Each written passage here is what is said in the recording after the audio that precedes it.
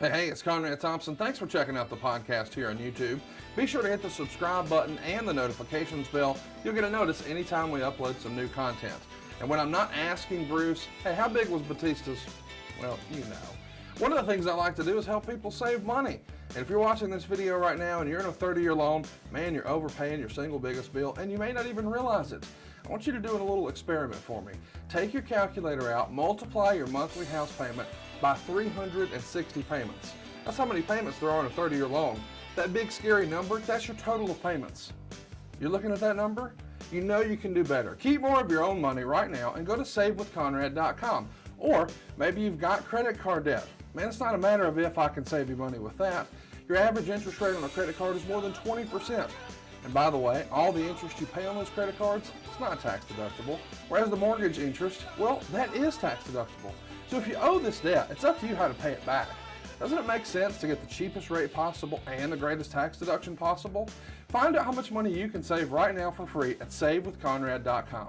You don't need perfect credit. Even scores in the 500s can be approved, and it's no cost out of pocket. But maybe best of all, we're licensed in more than 40 states.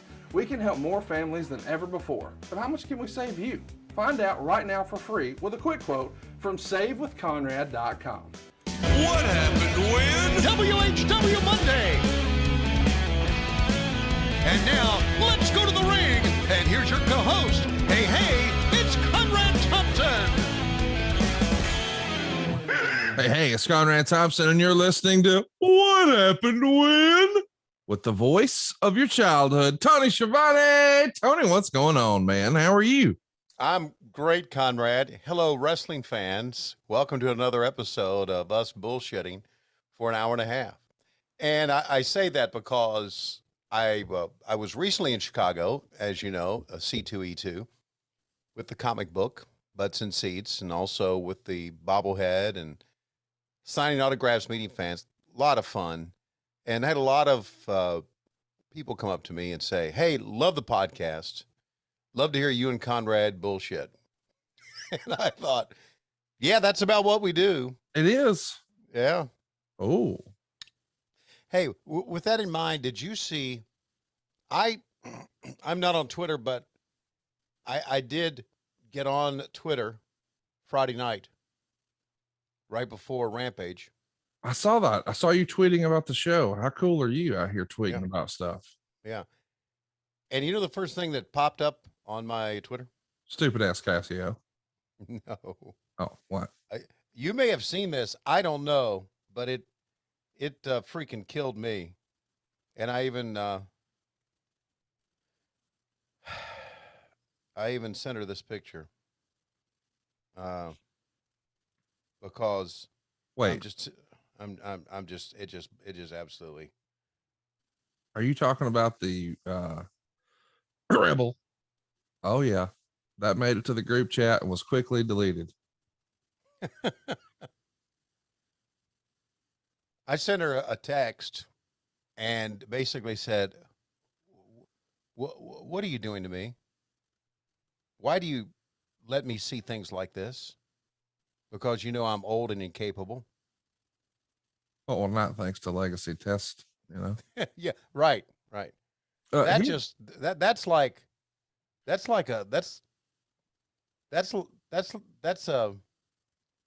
I'll think of the word because I use words for a living. That's that's a hell of a picture. It is. Well, hey. Okay. So anyway, that's our friend Rebel. Do you think she's going to start an OnlyFans? I hope not. Oh, because you'd like to keep your own money. What if she gave you like a comp deal? No, I don't think she'll do that. I don't think she really will either. I was kidding about the picture because I knew that you were over here simping for her. And speaking of simping, I've been doing a lot of simping lately. And you've been doing a lot of simping? So much simping. Okay. Tell me what tell this old ass what simping is. So like when you saw a picture of Rebel and then you sent it to her and you said, why are you doing this to me? That's simping, Tony. Okay. All right. I do this because Rebel and I have a great relationship. It is a friend's relationship where we can talk and make jokes about anything. Rebel and I make very inappropriate jokes. Okay, inappropriate jokes that you probably shouldn't make to each other, and especially when you are of opposite sex. Does that make sense to you? And married. Yeah, right. That too. But it's just funny because she makes me laugh, and the same thing with Britt. She makes me laugh. We just say so many crazy things to each other. That's one of the reasons we get along so well. So, Maybe, since you brought up Britt, I think the coolest thing I've seen this holiday season was where somebody drew you as Santa yeah, with Britt on your knee and Adam Cole looking in the window yeah, in the old classic Christmas card nature. Man, yeah. that was a 10 out of 10 for me. That was too. And I saw Britt sent it to me. She said, "Look at this," and she laughed, and I went, "Wow!" And even Adam Cole got a chuckle out of it as well. So that was very, very well done. I'd like to know, do you, I don't know if the person who actually did that listens to this program or not. I hope, and if you do, please reach out to us at helloslapdicks@gmail.com. I'm sure that person is on Twitter somewhere. Oh yeah, they are. I wish I knew we were talking about it. I'd have their name handy, but yeah, I want to know, was there like some smack talk going down with you and Adam Cole over that picture? Yeah, there's always smack talk going down with Adam Cole and me on that picture. And Tony, speaking of the holidays, as I was saying, I've been simping a lot lately. Okay. I'm doing too much simping, Tony. All right. What the hell is simping? Well, it's like it's a one-sided relationship. One person's really in hot pursuit of the other and being overly flowery and super nice. And it almost gets like kind of embarrassing, Okay. Well, I've been doing that. And I'm going to confess my sins here on the show. You don't need to confess your sins on this show. Well, we know you're full of sin. What? Now that's hurtful. What does that even mean? It means you're full of, so we know who you are. We've been doing this for 5 years. We're coming up on a 6th season, and very soon, and in the 5 previous seasons, it's well documented that you're full of sin. I let it out though. I let it out. Okay. So, here's my simping. Okay. I invited a guy who I thought was my friend and his wife to my house for a New Year's Eve party that's themed after the 80s. And he didn't reply. And then I invited a guy and his wife to this giant cabin in the woods of North Georgia, just right up the road from where he lives, for Super Bowl weekend with a lot of our other friends that we're in business with. And he's not coming. And I had an opportunity fall in my lap before an AEW pay-per-view where he just happens to be working to do a live show in Orlando. And he passed. And then I had a Nashville club fall in my lap and say, "Hey, you guys want to come do a show again here? I see AEW's coming to town." So I make the offer. I don't even get a response. And then he even mentions to me in a public forum that he's gotten knee deep into collecting and he's chasing this one holy grail item that he just can't find or pull the trigger on. And I offer it up, to celebrate the birth of Jesus. No acknowledgement. And I'm just wondering, like, if you were me, Tony, yeah, would you agree that I've been simping too much? Is it time to move on? Like, what can I do to get this fellow to, I don't know. I'm not even going to say reciprocate. Just acknowledge me, something. I just like to publicly say here on What Happened When that the 1965 Mickey Mantle card, which was graded, is very much appreciated, Conrad. Thank you very much. Wait, what are you talking about? It was welcomed at my house with big fanfare, with much excitement.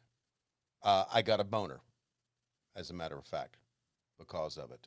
All right. A Thank you lot, very lot of much. questions to Thank you very unpack there. Number one, that was a Christmas present, Okay. and it was even wrapped as a Christmas present. Why Yes, did it you was. open it more than a week ahead of Christmas? Well, because I don't know. I just said, wow, let's see what this is, and opened it up. And then you were so excited that you got a boner, but you didn't text, call, or email me at all. No, because it happened last night. I got our mail late last night. Lois didn't go to the mailbox. I went to the mailbox when I took the bug out to walk, and this was about, I don't know, 11 o'clock. And I said, I'll just talk to him tomorrow and thank him tomorrow. It just goes to further my theory that you're only making paid appearances in my life. Like when I got turned down for New Year's Eve and I got turned down for the Super Bowl, Yeah. I thought for sure you would take the pay-per-view date in Orlando. Yeah. You would take the Rampage or Dynamite date or whatever it is in Nashville. Yeah. Right. Nope. So now you're even turning down paid appearances. Yeah. What do I need to, like, if I get Rebel to my house, will you come visit? Yeah. Okay. That's all I needed to know. The way to simp, the ultimate simp, is get someone he simps for, and then you can simp for someone while he simps for someone else. I need to make a confession here. If simp and confession are the same thing. My life right now is a freaking mess. Okay. So that may be part of the fact that whoever this friend is of yours is not showing up for paid appearances, nor is he showing up for parties. Why is my friend's life a mess? I'm not. I can't explain it, but it is. It's just a mess. I don't know if it's old age. I don't know if it's my brain is not functioning like it used to be. You think it's your wiener? No, it's not my wiener. Okay. Because I don't even think about my wiener. Maybe that's the issue. Unless I see pictures from Rebel. I mean, so anyway. Just tell the truth. Nobody's listening. It's just me and you. Did you cut hand to that picture?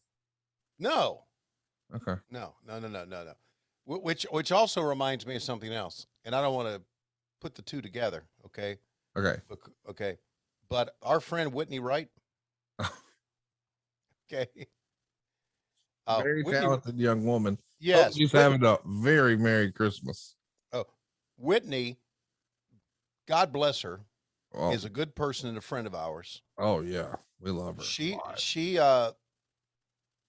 was part of the Kickstarter, and part of the Kickstarter that you get a call from Tony. That's right. And I've attempted many times. Text, call, left a message, email, no response. And it's fine. I get it. I understand. But I feel that I need to come through with what people paid for, right? Oh, for sure.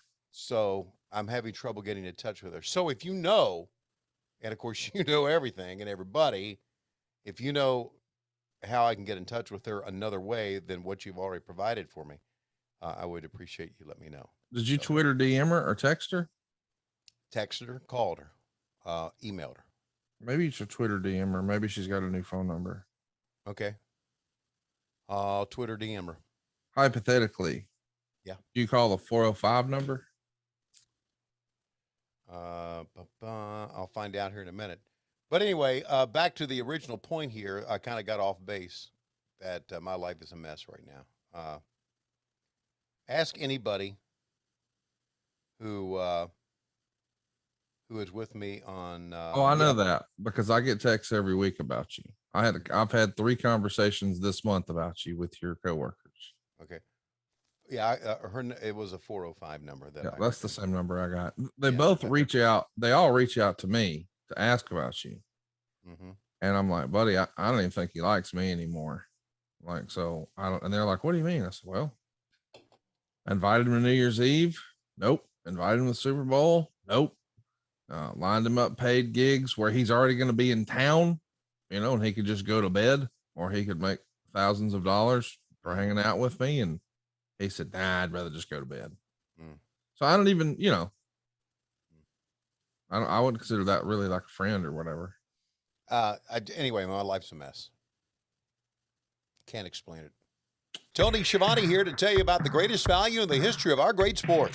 AdFreeShows.com. Get every episode of What Happened When and all of Conrad's other podcasts early, ad-free, and on video for as low as $9 a month. That's the price of a Starbucks coffee for hundreds of hours of video and audio content each month. That's not all. AdFreeShows.com is home to exclusive bonus content, like interactive events where you get to ask me anything during our Ask Tony live events. And if you're a Top Guy member, we got to hang out for the entire weekend in Chicago at Top Guy Weekend recently. Did I mention there's also happy hour every other Sunday with my dear, good, close personal friend, Rebel? If you call yourself a wrestling fan and haven't signed up for ad-free shows yet, you a lie. Sign up today at adfreeshows.com. Well, I don't know if it's a step towards senility, being senile, or what. I don't know. Let me just ask you this. Since we've established certain things on the show, what day should I check the mail? I've been checking every day and nothing's been there. Okay. God, check it every day.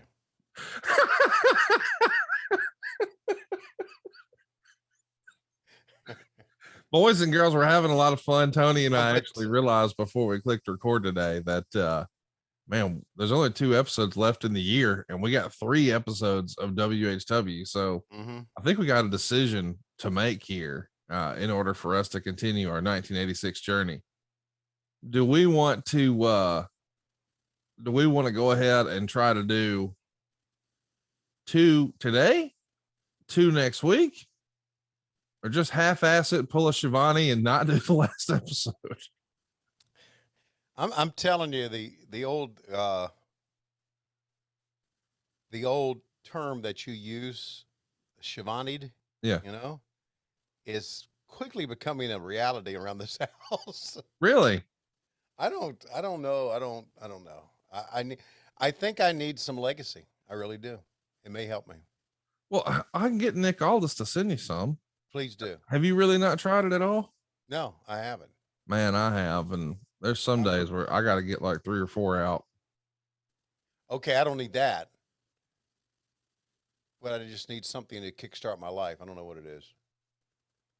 So I'm doing my work. I think I'm doing my work. Oh, I know you are. Yeah, I know. I'm doing meeting your obligations. You're just not having fun doing it. I don't know what's wrong with me. I don't get it. But anyway, it was great seeing everybody at C2E2.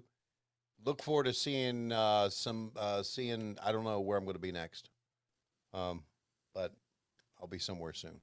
I don't know where I'm going to be next. I don't.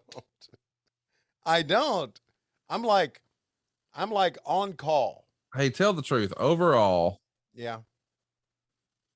As you're winding down, overall, you mean the end of my life? Has the comic book experiment been more fun or more of a pain in the ass, because you have been all over the globe 19 fucking times? Yeah. Promoting this thing. Right. And I have watched from afar as you tried to shield 17 pages of colored pencils far and wide, East Coast, West Coast. It's a Johnny Cash song. I've been everywhere, man. Yeah. And all I could wonder is he still having fun? Or is this starting to become like, hey, it started out as a great idea and it was super fun, but now in actuality, fuck, I'm old and I just need to go lay down. Like, no, that's the way my brain worked. It's fun. I have a very good staff that comes with me, my daughter. Oh, well, that's different. Yeah, you get to hang out with her, then right. That's a win. And my friend Megan Nelson, she's with us here. Oh, you love her. Oh yeah, anybody that knows Megan knows that she is tremendous at what she does. She really is. She makes me more money than I normally would have made on these ventures alone. She's a good looking, energetic, super salesperson Oh, who's going to best. succeed at whatever she does in life. That's right. She has an infectious personality. There's no way you meet her and don't know right away whatever she's doing, she's successful at. Yeah, exactly. And she's Yeah. smart, and she just so I got a good staff, and I enjoy being with them. And of course, at the big shows, Dawkins shows up. Mike Dawkins is there. And you know, And- that's fun about 3 out of 4 times. Yeah, right. So we've done 3. So the next one's not going to be. It's gonna be, I'm just giving you a spoiler on that deal. 3 out of 4 with him are fun. That 4th one, have to make Yeah. some choices. Yeah. So anyway, I'm enjoying it, and I want to do more. And I've done a comic book store, and Now that is your speed more than Yeah. any of the others, I think. oh yeah, because it's intimate. Hey, let me ask you a question about all this, and then we're going to get down to season 2, episode 49. So get your cock out. World Championship Wrestling, season 2, episode 49, December 13th, 1986. Somehow we're fucking behind. But we're going to get caught up, I guess, next week, since I can't get a goddamn answer out of Tony. Here's what I wanted to ask, though, about your whole stapled comic experience. Okay. First of all, it's more than 17 pages. It's not colored pencil. It's not stapled together. It is a graphic novel professionally done by my friends at Source Point Press, and All right, soon to be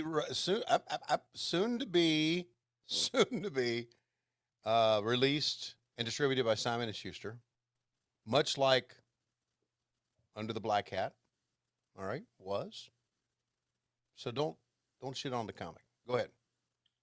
I have one here, and I have one here, Mm-hmm. but these are about 4 pages long. Right, those are what we call ash cans. Yeah, well, that's where I'm going to put these. I don't have a real one, and I have shielded this motherfucker and wrote the forward, I don't know, 4 years ago when you first Okay. started this. Okay. So I guess I need to go purchase one. I didn't realize that's where we were with all this, but I get it now. But my question was, is Dirk Manning as weird of a motherfucker in real life as I think he is? I just imagine he's like Count Dracula or Count Chocula. He's wearing like a cape and eyeliner, and he just appears, and like there's a puff of black smoke, and he disappears, and he's probably filed his goddamn teeth down to be fangs. That's a weird son of a bitch, is it not? Yeah, it is. Dirk was and is known as a comic book writer in the horror genre. Oh, that checks out. So yeah, he is. He is. So, by the way, I was waiting to get a hardcover to get to you hardcover, because those are going to be out there hardcover. I'm for it. Listen, I was just busting balls. I don't care if I ever get your fucking comic book. Oh, really? Yeah, Then maybe you won't fucking get one. How does that sound? I mean, I'll just keep checking the mail every day like I was instructed. We'll just see what happens. My dad used to say you could shit in one hand and wish in the other, and let me know which one fills up first. And I know that that's what you just told me in a different way. And I'm fine with it. I get it. No. So other than that, Well, so why are you not coming over for New Year's Eve? Why are you not coming to an 80s themed? You could just dress like your fucking self. You know what I mean? You put on that JCP jacket, walking with the microphone. I'm here, motherfuckers. Make me a drink. I got bartenders. I got caterers. okay. We got a fucking DJ. Okay, these are excuses. Okay, these are great excuses, but here they come. Okay. Don't want to leave the dogs. Oh, bring them. Easy. Love to have them. Number one. Okay. Number two. That objection. Number two. Don't want to be around a lot of food. Oh, well, it'll be in another room. You don't have to be in the same room with that. And number three. It's a late night party too. It's not like a sit down meal. It's just like little hors d'oeuvres, but we'll position that in another room. It won't be where you are. We have a throne for you in the main room. Well, thank you. And number three. Would rather not drink. Oh, don't have to. Not required. Yeah. And number four. You know, I quit drinking. Yeah, I know that. So, That's great. so we would have that in common, you know? Okay. And number four. It's difficult for Lois to get around. It is. It is difficult for her to get around because of her back and her knees. And hopefully after the first of the year, she'll get replacement knee surgery and maybe she'll get around better. So, But you all know, those, I have an elevator, Tony, so she wouldn't even need to. She's not climbing steps or hills or nothing. I know. So And anyway, and let me just mention this: she doesn't have to come. She's not there for all of your C2E2 shenanigans. yeah. So maybe we She's can not there for AEW. Why don't you just have Lori and Megan Nielsen show up with? No, no. And then try to fleece everybody out of money. Well, you can. I'll set you up downstairs like fucking Lonely Virgil, and you can have a little meet and greet section and a stack of books. Try to sell Eric Bischoff one. I don't think he's bought one yet. Stupid ass Dawkins will be here though, and he'll buy one, I'm sure. Oh God, that is tremendous. I don't know. Maybe Rebel's available. I mean, I don't know if. Dude, I'll invite her right now. Mm, I did invite one of her friends who lives in Orlando. yeah. There's a chance that if he shows, and I know for sure he's coming, maybe she'd be more inclined to come. Hang on a second. And then you could get in that hot tub with Rebel like you've been talking about. Corey's going to be here too. And she likes Corey.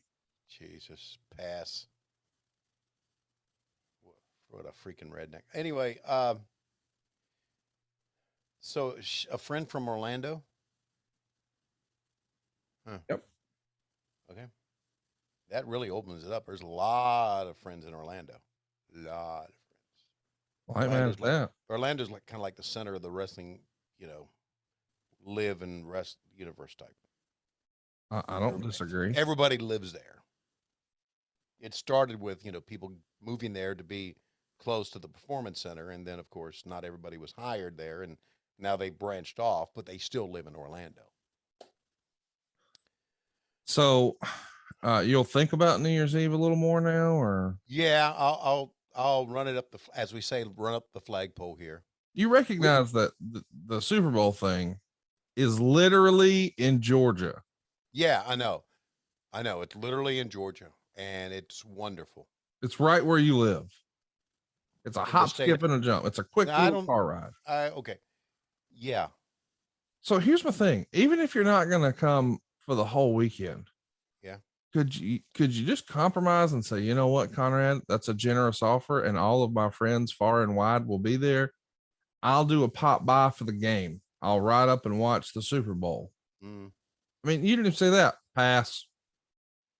I realize a lot of thought and effort and money was put into this, Conrad. Thanks for thinking of me. Yeah. Pass. Didn't get that. Just pass. Okay. Here's why I realized that I'm at a tough place right now in my life. Mentally. You're cutting hand the Rebel pictures on Instagram? No, I didn't cut hand to Rebel's pic. Should have. But did. There's still time. A grown man with any brain would have. Accurate. It's that because I missed C2E, because I went to C2E2, I got in touch with you about we probably need to do a best of or something like that, and we did Tony Ask Tony live or whatever. Oh, that's how we fell behind. Your sheer laziness and negligence. So I contact you. I said, who are we going to get to help us out with this? And you said, okay, Evan and Silva. And what do? I don't get in touch with these guys and say, hey, guys, appreciate your help. Right? Right. I get in touch with these guys and I say, don't fuck this up. Exactly. You motherfuckers need to know I'm not like all these other idiots you do podcasts. I actually care how my shit sounds. Exactly. So tighten the fuck up and do a good goddamn job. Exactly. Don't shit the bed, Silva, like you do every other fucking time. You said something like that, and I'm like, right. God damn, what just happened? So we have different things that we do to prepare this podcast. and I got cold feet, and I told him, just send me the podcast, okay? Send me the podcast, and I'll put the freaking spots in it myself. All right?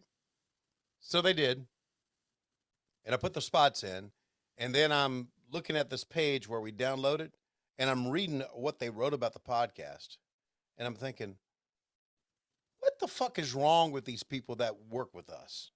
Okay? And I change it all up because that's the way I am, and I'm just like, so. But I just want to let Silva and Joe Feeney and Evan Polisher know I appreciate your work. I just don't want to use it. Just don't. That's not say the full sentence. I'm just very particular. And then after I looked at the page before I posted and everything, I'm thinking, you know what would be best is if I told these guys exactly what I'm looking for, exactly how to do this. That would, instead of just saying, yeah, put it on there. And then when they get ready to download it, I look at it first and go, that's not right. That's not how we do things. That's not what happened when. I just need, you know what I need? A revolver. I just need to shuffle off. I just need to shuffle off. Is that like old man speak for cutting hand?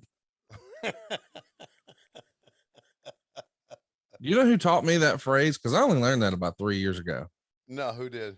Jeff Jones. Really? Jeff Jones is the first person I ever knew who said the phrase cut hand, because I had to ask. Yeah. What are you saying? And what does that mean? Yeah. So Google it or don't. World Championship Wrestling Season 2, Episode 49, December 13th, 1986. There you go. Do we have a special countdown, and is it sponsored by Blue Chew, or is Whitney right here doing a run in, or what are we doing for this countdown today? Is it my favorite? No, we're going to do our regular now, what has become our regular countdown. Let's do it. I love it so much. It's from our friend Steph Chesney, who will not leave me the fuck alone. Okay. But we still love you, Steph. Here's our countdown. Get ready to hit play when he says 3, 2, 1, play. You know it's all about you!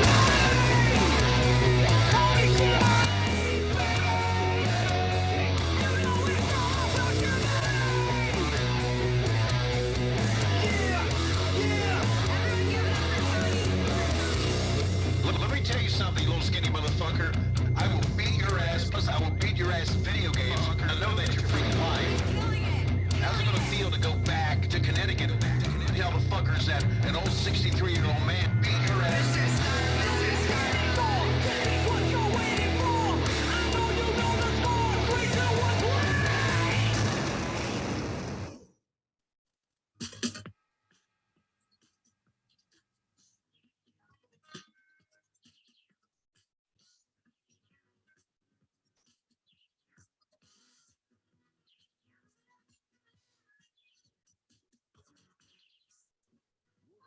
Championship Wrestling, bringing you great wrestling action, sanctioned by the NWA, National Wrestling Alliance.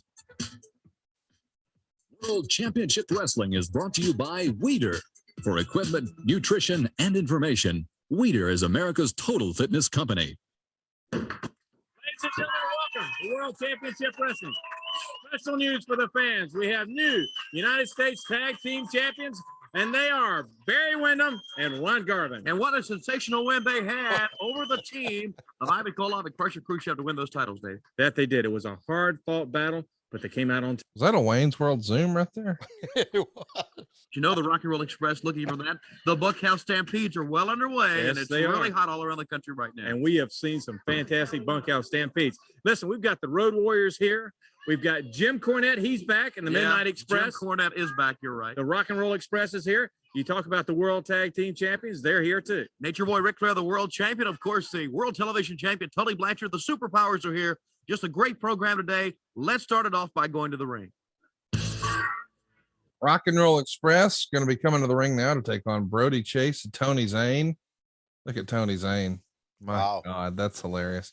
What a cool little moment, though. You got your own Wayne's World Zoom right there. I know that's showing you we're doing live to tape because we're rolling. We ain't stopping. No.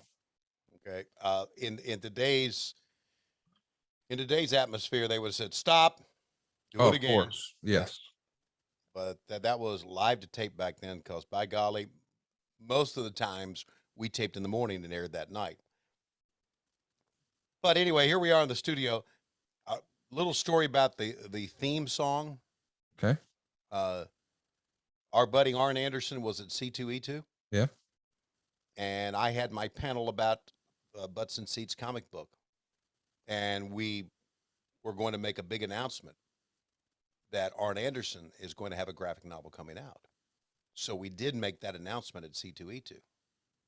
And Arn Anderson was to walk in and make that announcement, right? So we have a microphone in the back for both sides for the fans to ask questions. And so Arn Anderson steps up, and I don't see him. And here's how he starts his talk. Ready? I'm ready. It's you had to hear it. He goes, doodle-doo, doodle-doo, doodle-doo, doodle-doo. He starts singing this song. Arn Anderson does. Arn Anderson Arn Anderson hummed this song into a He did. microphone. into a microphone. It was priceless. And he said what he had to say, and he said, be looking out soon because I'll have the next one. And so I don't know if that hit social media, but that was announced at C2E2. And but him singing the song is priceless. And I may have it somewhere because my Megan and my daughter were there and they were rolling the video on it. And so maybe you can hear it. But it popped me big time. Doodle-doo, doodle-doo. Well, we can't forget the 80s. And with that in mind, we are this week, as this show drops, AEW is going to the Greensboro Coliseum, one of the strongholds not only for Jim Crockett Promotions, the promotion we're watching right now, but also one of the strongholds for me as a wrestling fan. So it's going to be a very special night, really, honestly, for me. Of all the venues that we worked with AEW, this is going to be the closest one to my heart. A number of reasons, because it's Greensboro, and I watched the Greensboro. I went to the Greensboro Coliseum many, many, many times as a fan, and also this town is where I met Lois too. So Greensboro has a very special place in my heart. And with that in mind, be sure to watch the Control Center on our AEW YouTube channel or on social media. We got a very special Control Center coming up this week that you're going to enjoy, old school style. So there, finished plugging there. And I had asked something, and I think we brought it up last week. Rock and Roll opening up this show, right? Yep. Last time we saw the Rock and Roll Express on this show, they lost at the end of the show to the Ragin' Bull and Rick Rude. Paul Jones's crew became World Tag Team Champions. And my question was, and I put it in the notes of the show, and my question was to you, with that, were we seeing the end of the Rock and Roll Express in their big run? I think so. Starting to wind down. Yeah. You know, don't get me wrong. It's still, Bruce says all the time, everybody can't be on top every time. Right. So it does feel like they're still going to be one of the more valuable acts in Jim Crockett Promotions, but it does feel like the main event run might be slowing down a little bit. Yeah. I agree. Because their big run was with the Midnight Express. Then they had a run with the Andersons, and I get that. So, but they're putting some time here in this first match. Way longer than normal. I mean, earlier in the year, this was double drop kick Jones, and we were out of here. Yeah, exactly. You know what they should do? They should send Hook. What a debut, huh? Dude, I mean, it might be one of the more talked about debuts for a first match ever. Yeah. Really impressive. Happy for him. Mostly happy for your dad? man. Yeah. Yeah. I said something to his dad afterwards, and I sent his dad a text because I don't know Hook's number, but I know his dad's number. I sent his dad a text, and I said, Hook's number is 911. So I said, you should be very proud of him because it was a hell of a debut, and he's going to be a big star.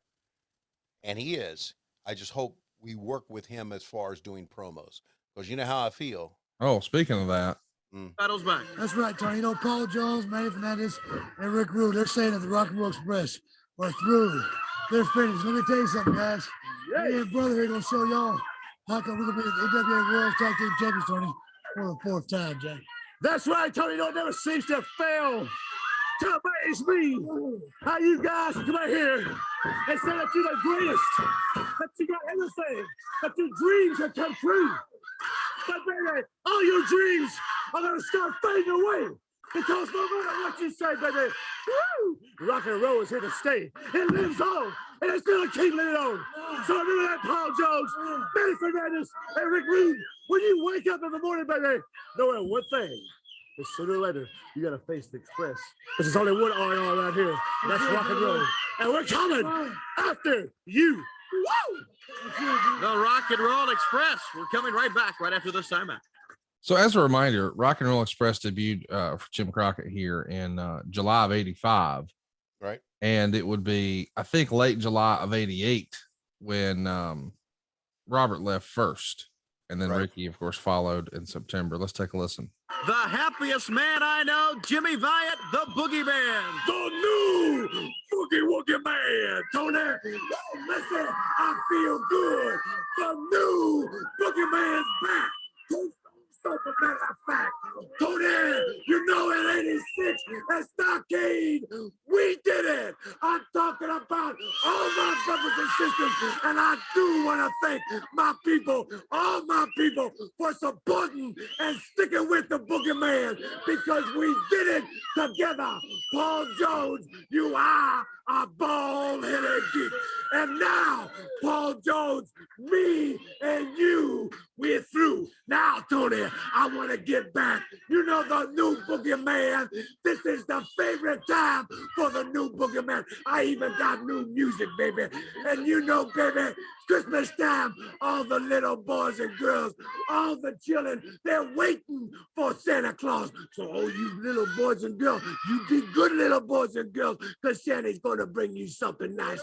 I know you love Santa Claus because the Boogeyman loves Santa Claus right now, Tony. Tony Schiavone, you know I'm getting into all these bunkhouse, baby. And if I win just won $25,000, I'm going to give it to all the little boys and girls out there. Oh, Tony. Oh. Let's go, Rick. You got paid for this. You ever look at some of this and remember, man, I was getting a check for that. Exactly. I feel the same thing today, actually, but yeah, here's a babyface Nikita Koloff. I was saying right before the Rock and Roll Express interview that hopefully we can work with Hook to do promos, because you know how I feel. To really, really get over, you got to do promos, I think. Maybe I'm wrong. How about Action Bronson doing the theme song? How about that, man? I didn't even know who Action Bronson was. But you would love him. He has a show that you would enjoy called Fuck That's Delicious. Which is what you said when you saw Rebel's picture last night. Among other things. Hey, can I, as we see Nikita Koloff. Mm-hmm. Four Horsemen, I'm coming for you. 1, 2, 3, 4. Chatoata.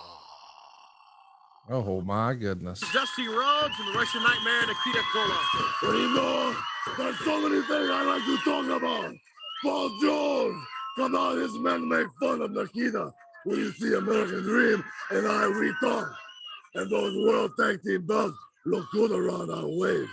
And Uncle Lyman, he's going to cause Nikita a lot of pain. Uncle Lyman, I'm going to cause you a lot of pain. And the Four Horsemen.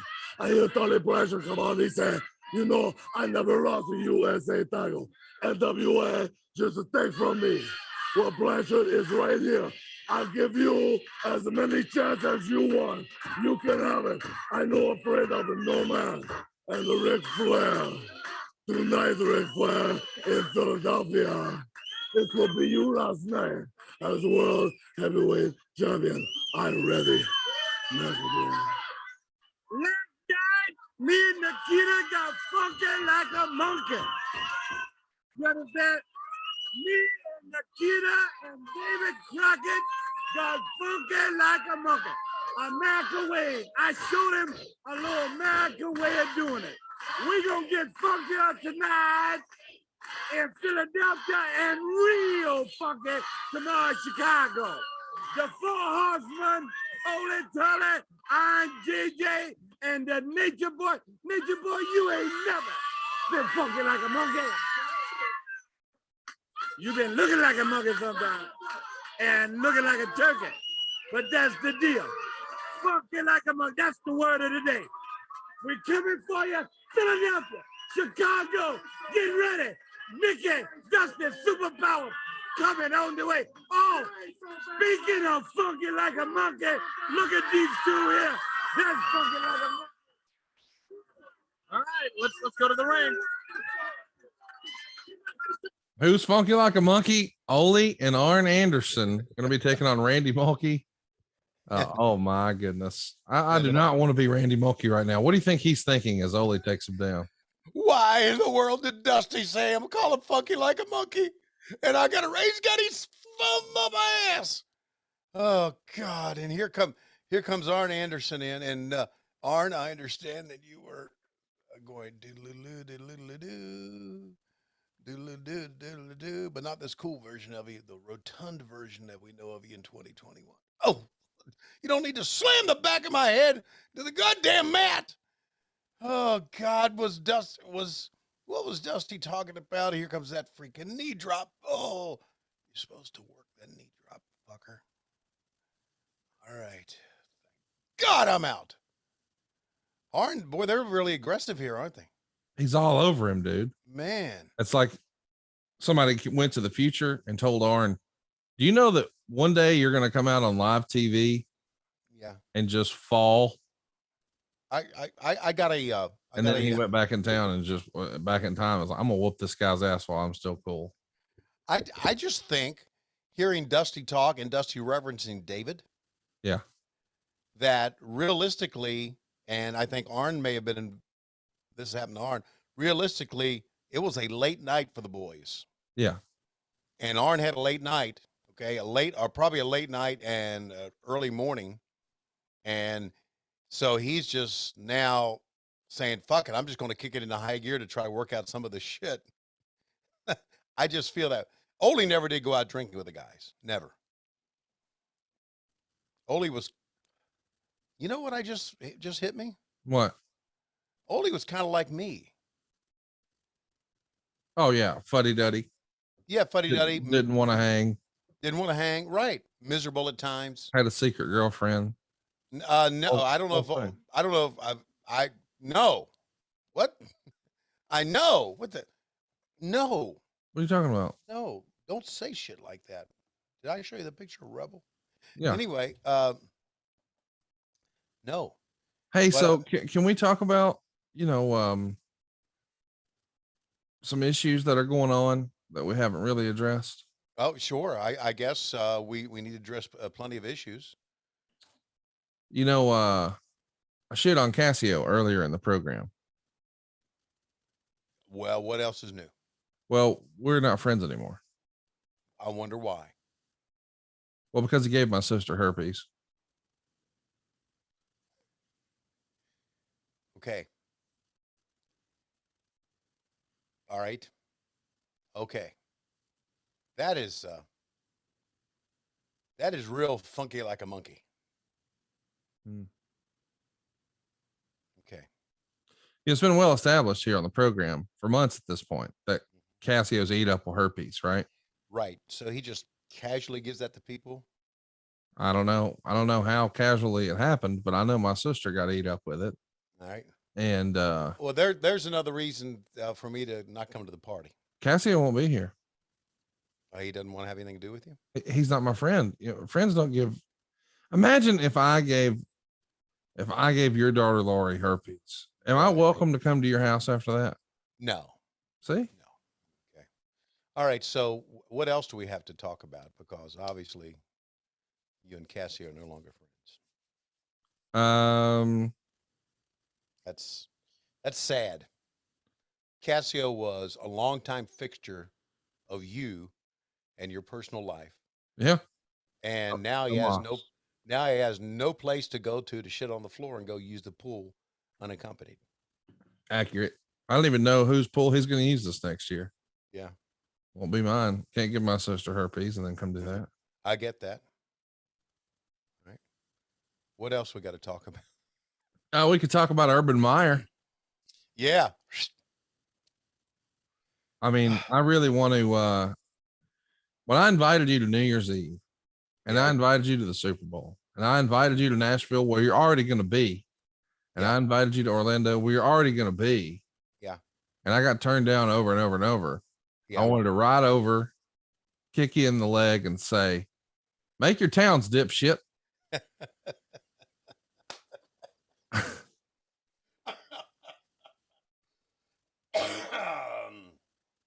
Well, it was an experiment, I guess. I can't speak for the company. Oh no, listen, we're just that casual didn't work. football fans talking about Right. football stuff. Right. And by the way, we should say this right now. We're both big fans of the Khan family. Consider ourselves friends of the family. Mhm. As such, we're pulling for all of their endeavors. Right. You're both low-key Jaguars fans, not even that low-key in your case, because you pull for your friends. Now, sure, some idiots are going to hear that and say, you weren't always a Jaguars fan. No, but listen, I support Tony and his stupid fucking colored pencils that have been stapled together that we've been shilling for 3 fucking years here. Okay. That's Count Chocula. it's a graphic novel. He supports me with mortgages. We support each other. That's what friends do. And so I want the Jags to do great. And I loved the idea of this experiment, and it was just one that didn't work out. And yeah. Do you know that I feel a sense of relief personally, not because the Jags were we're having a terrible season. but because you've always hated Urban Meyer like I have, and now he's gone. That rat soup eating motherfucker got ran out of town on a rail. Fucking A. And me and you and Frankie Kazarian are high-fiving. Let's take a listen. Champion Tully Blanchard, James J. Dillon.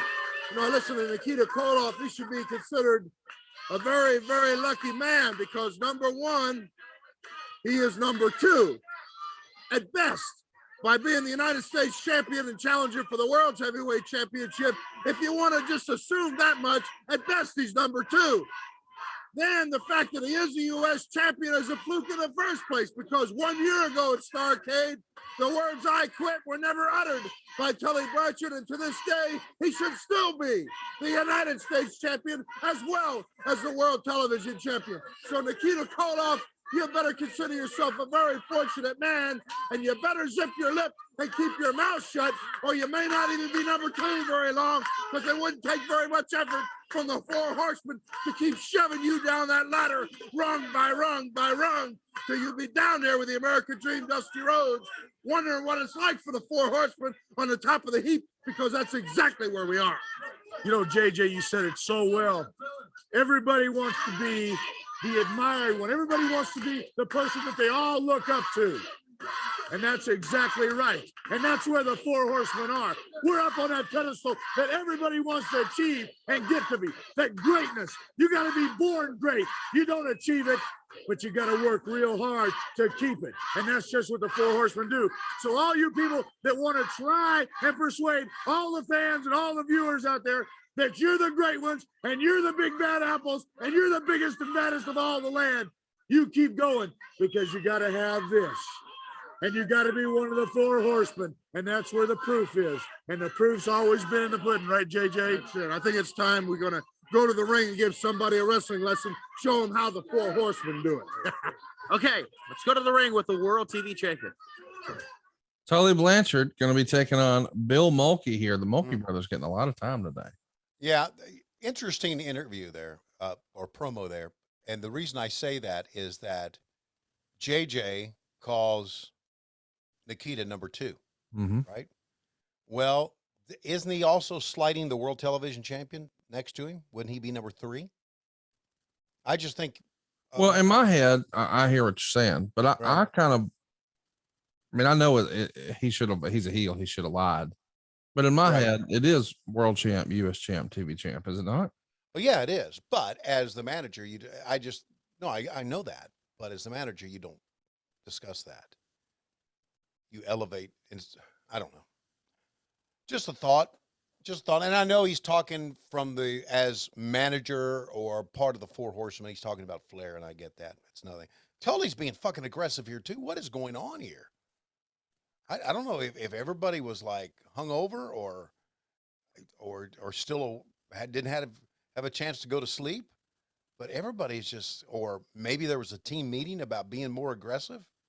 If in fact we had team meetings back then, I don't remember. But this is look at that.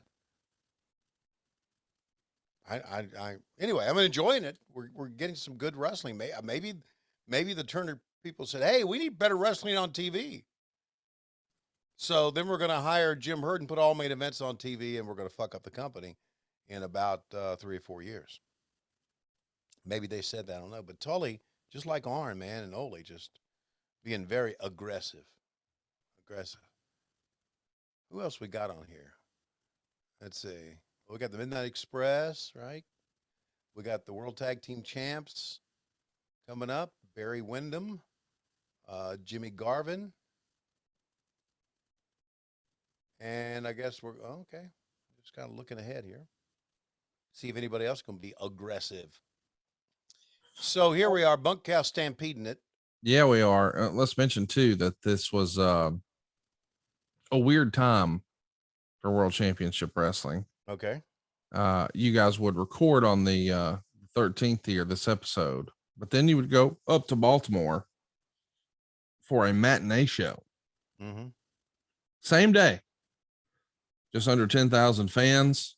And then that night you would be in Philadelphia, same day, and do 10,000 fans. So you did, we'll call it 20,000 fans in the same day with the same crew, working 3 shots.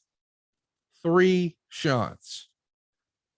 then of course, you're back the next day, the 14th, recording here again in the studio. So December 14th, what we're watching now is recorded on December 13th. And then we're actually going to come back on the 14th and record for the 20th. How about that? Wow. And then we'll stop off in Maysville, Kansas on the 14th. And we'll have our debut at the Rosemont Horizon in Chicago, December 14th, 1986. There's 12,500 fans on hand there to see Dusty team with Nikita to take on Flair and Tully. On December 15th, a Greenville, South Carolina television taping. And then, believe it or not, a 10-day stretch where you guys were off until Christmas night. Wow. You did a $4 fan appreciation night. Well, it was a matinee show. 3,500 fans there in Greenville. And then in Charlotte, you're home away from home, the Coliseum, 10,200 gets a matinee. And of course, the Omni show, Christmas night, 18,000 fans there. Wow. Don't get excited about the gate. All the tickets were just $5. But the point is 3 shows on Christmas Day. Huh. So back in this year, as we see the slingshot suplex and the float over for the pin, Christmas Day was a big doggone day, man. 3 shows on Christmas. Christmas always was a big day for wrestling, just like Thanksgiving was. Over 31,000 fans saw Jim Crockett Promotions Wrestling on Christmas Day in 1986 in Greenville, Charlotte, and in Atlanta. And we're back from commercial here. All right, Tony, we told the fans we have new United States Heavyweight Champions, Tag Team Champions. And I tell you what, the battle that we saw, we'd like to show the fans here. Okay, let's take a look at it and comment on Barry Windham and Ron Garvin becoming the new United States Tag Team Champions. And David, first of all, we got to say it was kind of a surprise because Barry and Ron had not teamed up that often in the past. I know, but being the professionals they are and the great wrestlers they are, they can do this. They come in, they get the feel for each other. Automatically, they know what each other's going to do. Barry ducks under. Here comes a cross. Oh, put him down. All right, you see Ivan now. Garvin comes in, hands a stone. Crusher. Throws Barry out. Now watch him. He gets the chain. Over there. Garvin doesn't see it, but he felt it. And now here's the mistake Crusher made. Barry takes him, puts him over, holds him down for the pin. And there we have new United States Tag Team Champions, Barry Windham and Ron Garvin. That's exactly right, and a great one it was. New Yes, champion. it was. Let's go to the ring. Something.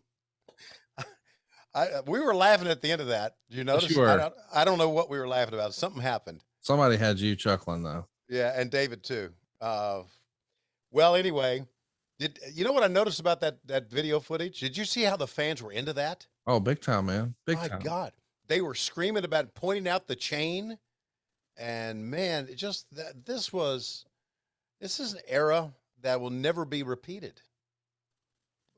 As far as fans are concerned, fans today are completely different, and I'm not saying the fans today are worse or better, but they're just completely different.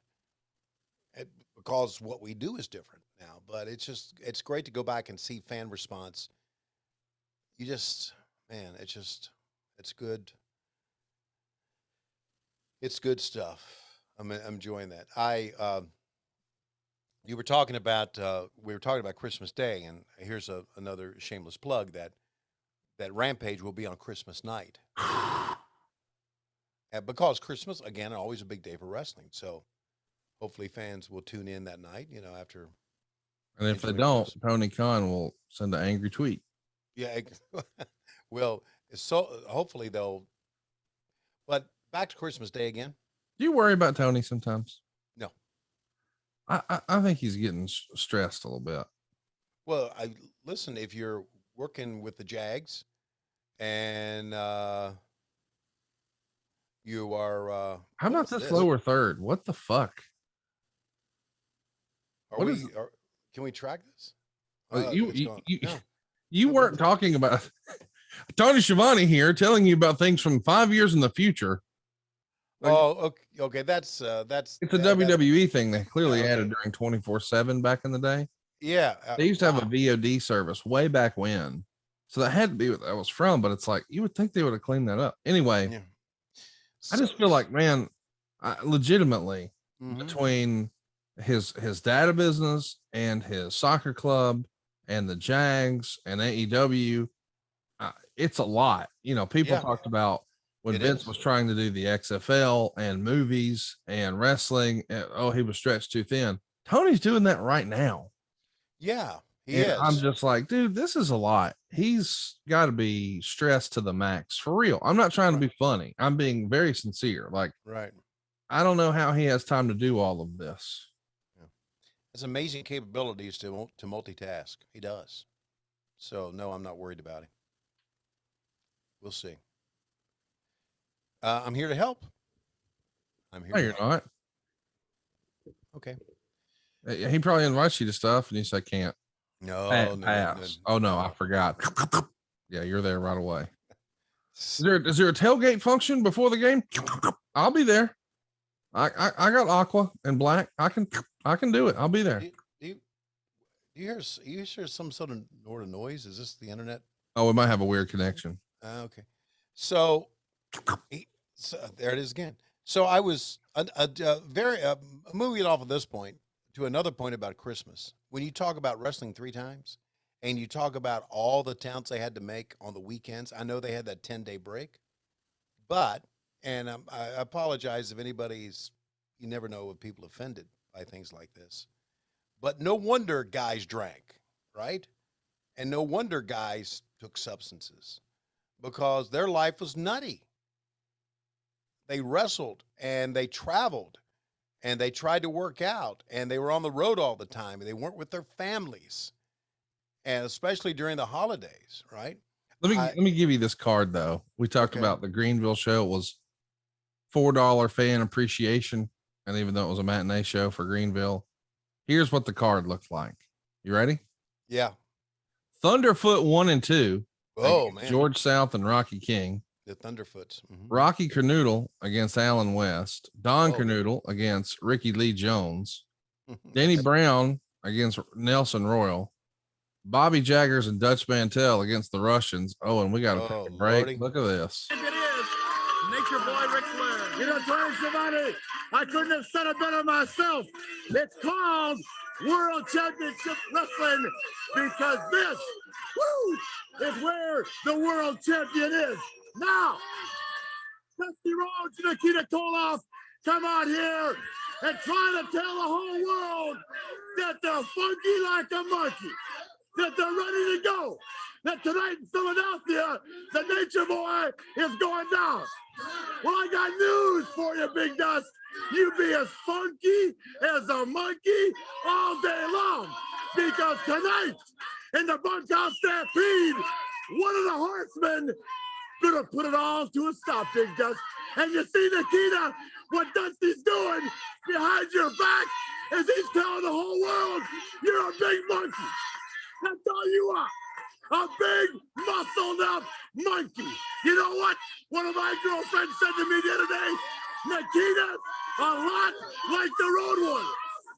Big arms, huge neck, tremendous chest, but what happened to the rest? That's right. That's what my girls got to say about you big guys. Now, after Philadelphia tonight, tomorrow night, Chicago, the Horizon, woo, the National Wrestling Alliance, the world champion, the Four Horsemen, Dylan, Blanchard, Foley, and the legendary J.J. Dillon. After it's all over, we are throwing a party at the Hyatt Regency. In other words, J.J. Dillon has rented the whole top of the hotel. So all you girls out there that have been dying for the sight and the touch of a real man, you come see us beat up Nikita and Dusty. You come see the Horsemen win the Stampede. Then you get on an elevator, you go to the top floor, and you imagine if you are between 18 and 28, it's going to be potluck. It's going to be a smorgasbord. None of you can be first, but a whole bunch of you can be next tomorrow night. Woo! We're coming right back. One of the best Ric Flair lines of all time. None of you can be first, but a whole bunch of you can be next. Everybody's fired up today in the show, man. Everybody's just, man. Okay, here we go. The World Championship Wrestling, and it's the return of, I knew you would thought you were rid of me, didn't you, huh? You thought I was gone. You thought you were rid of me, all these rednecks, all these idiots. They thought I was rid of, but you can't get rid of Jim Cornette, Jack. I'm going to tell you that right now. I don't care what you do. You can't get rid of me for very long. Nothing stops me. I'm still alive. No thanks to the Road Warriors. Road Warriors, I understand you've forgotten about me. You ain't thinking about me no more. Thought I was finished. Well, I've been thinking a lot about you, Road Warriors, Paul Ellering. I thought about you when they put me on that cold table in that hospital and wheeled me through the doors of that operating room, and that 6 or 8 people with masks looking down at me, taking that black thing, sticking it over my nose and mouth, saying, take a deep breath. And then I thought about you when I woke up after under that anesthetic and my leg was hurting. I was sick to my stomach, felt like I've been hit by a car. I thought about you then. I thought about you for the past 3 weeks. Every time I go to take a step on this leg, the pain shoots all the way up to my hip. I thought about you a lot then, Paul Ellering. Now, the time's over for thinking. The time's for doing. The Midnight Express, the greatest tag team in wrestling. Big Bubba Rogers, the baddest man in the world. They're my instruments of revenge. And we're going to take a peg out of your book, gentlemen. We're going to do unto others before they do unto us. We're going to come after you instead of laying back at Starcade trying to keep from getting hurt like we did where we made the fatal mistake.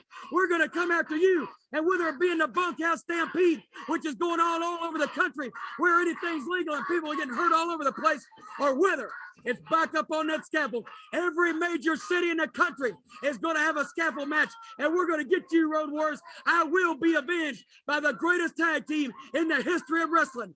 Loverboy Dennis and Beautiful Bobby, the Midnight Express. You're right, dude. Everybody's got the volume turned up today. Yeah, man.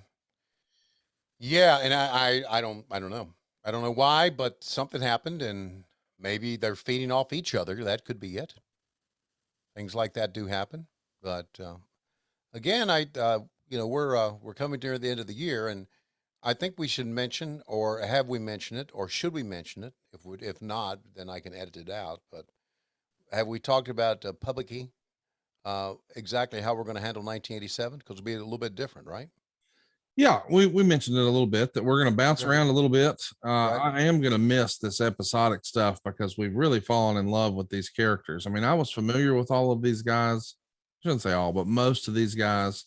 But I didn't really have the full context of how great 1986 was and how great Jim Crockett Promotions was, just from a 605 thing. You know, I'd seen all of the highlights and all that, but just the whole formula and really taking it in week by week has been a great part of my fandom and one of the most fun things I've done since I've started podcasting. But the people have spoken, and so less is more.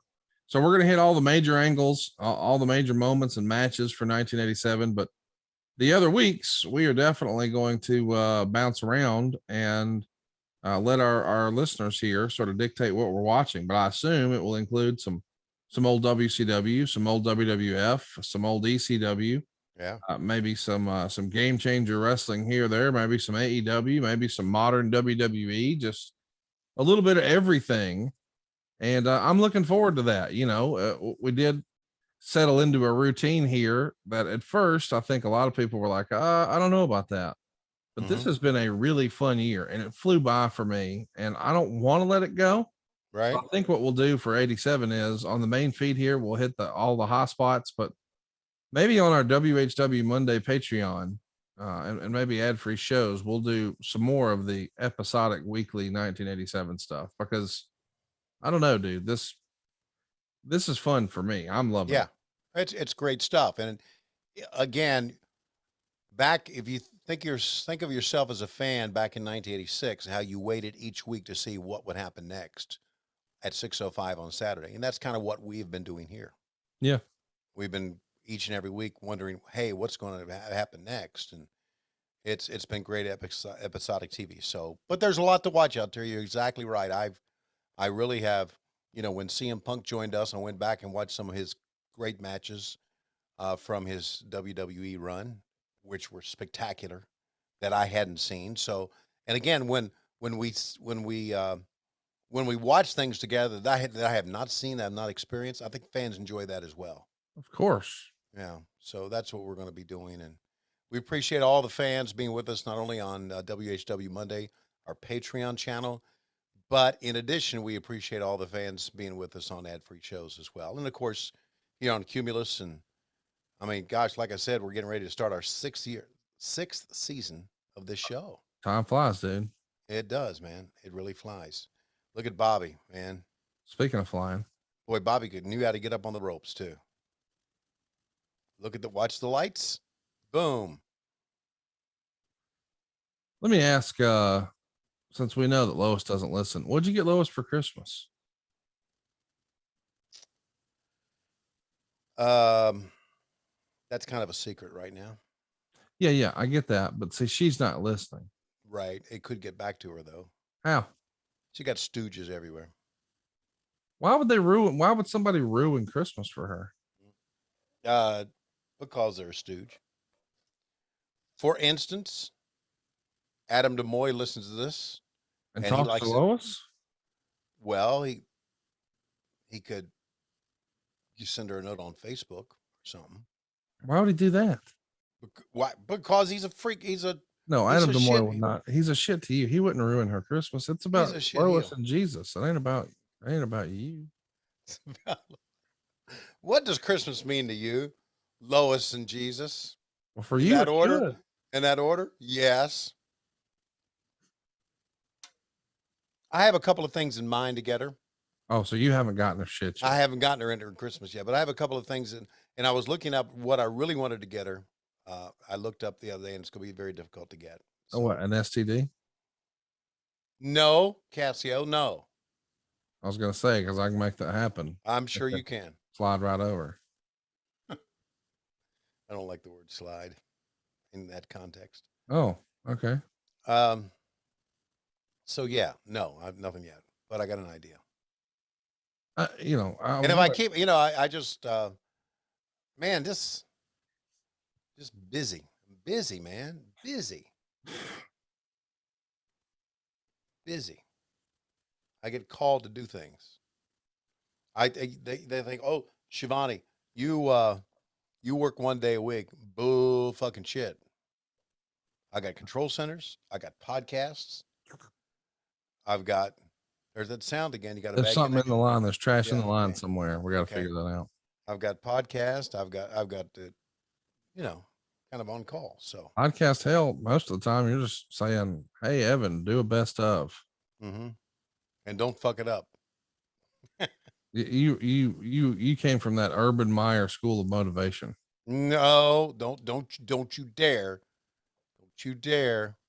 Here's the thing. Put my name in with a Florida Gator. Okay. I've hated that motherfucker since he faked his heart attack, and I had to Right. fake like I was excited that he was coming to the Jags. And I did think it Right. was a worthwhile experiment, but unfortunately, it went the same way it did for Steve Spurrier and Nick Saban.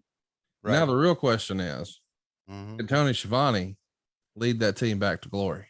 I'm sure I could do quite well. I mean, it couldn't be much worse than Urban, and you would at Yeah. least not kick somebody and call him a dipshit. Yeah, you know what? When I found out he was, I can't talk. I can't think. I can't do nothing. But I'm going to say something to the Road Warriors and Paul Ellering. I want you to listen real close. You know, it's bad when you get humiliated in your own hometown, when you get hurt in your own hometown, and that's exactly what's going to happen. Tomorrow night, Chicago, Illinois, Road Warriors, you and the Midnight Express, 2-on-2. It's going to be the biggest fight that Chicago has ever seen. And I'm going to tell you this. I said a minute ago that we enter that operating room. You think that may just be the last sight you ever see on the face of this earth. Well, the Midnight Express know what to do. And I have told them that I want to see what happens when a Road Warrior hears that a surgeon's going to have to pick up a scalpel. I want to see if he squeals. I want to see if Paul Ellering cries when a doctor tells him he's going to have to wear a brace for the rest of his life. These men are Southern boys. They ain't a couple of muscle-bound pukes from Chicago, Illinois. And I'm going to tell you this, Road Warriors, they've been beating people up ever since you were a couple of juvenile delinquents stealing bicycles on the street of Chicago. And tomorrow night in Chicago, they're going to do the same thing. Back with more right after this timeout. Don't go away. Oh, This is a pretty happening, action-packed show here. a lot going on, a lot of intensity, a lot of great shit. Anyway, We come back to the Road Warriors, mhm. who, oh my God, can you imagine getting one of these guys? So I wanted to say this and just to put the Urban Meyer thing to rest. When he became the head coach of the Jags, and I know basically I worked for the same company, and they also brought Tim Tebow in, to give him a tryout.